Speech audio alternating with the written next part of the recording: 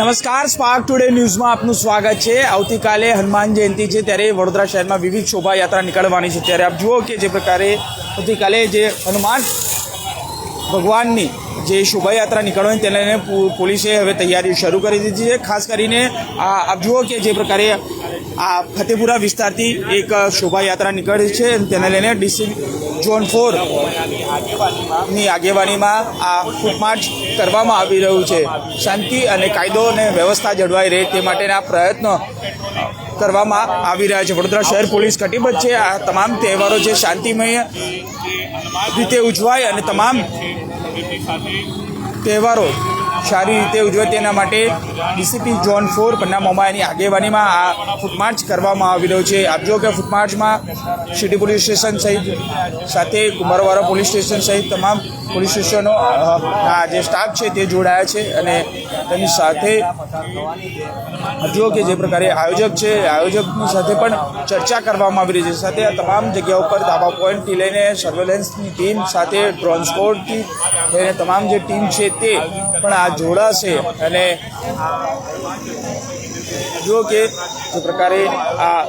નવો જે પ્રોજેક્ટ હાથ ધરવામાં આવ્યો છે, શહેર પોલીસ કમિશનર નસીમા કુમાર જે શોભાયાત્રા દરમિયાન એક ગાડી પર સીસીટીવી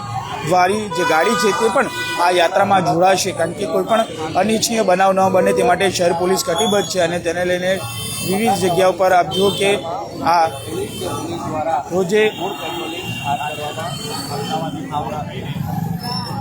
ખાસ કરીને આ સામાજિક તત્વો પર લગામ લાવે તેના માટે જ પ્રયત્નો કરતા હોય છે અને તેને લઈને આપ જુઓ કે આ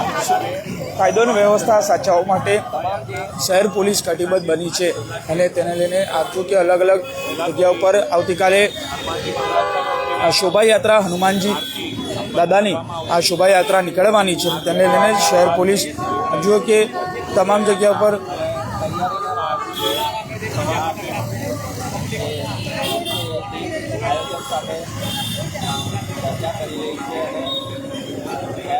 જો કે આયોજકો સાથે પણ ચર્ચા કરવામાં આવી રહી છે અને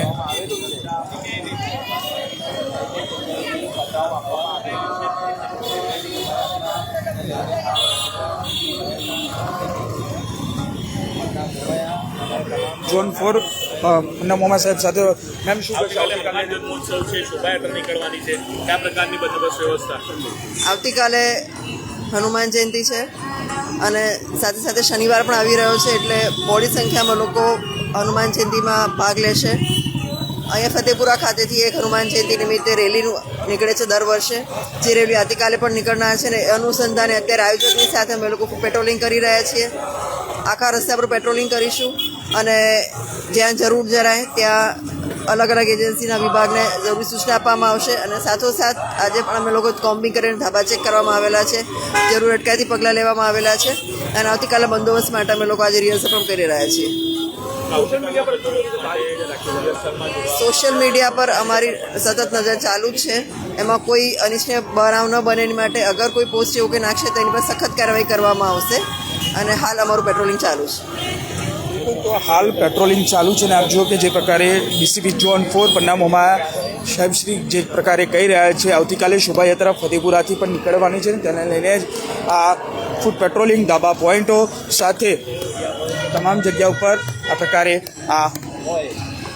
ફૂટ પેટ્રોલિંગ હાથ ધરવામાં આવ્યું છે, ધાબા પોઈન્ટ અને કોમ્બિંગ પણ હાથ ધરવામાં આવ્યું છે। આપ જુઓ કે વિવિધ વિસ્તારોમાં આ જે શોભાયાત્રા નીકળવાની છે તેનામાં ફતેપુરામાંથી એટલે કે ફતેપુરા 4 રસ્તાથી પણ આ ફૂટ પેટ્રોલિંગ હાથ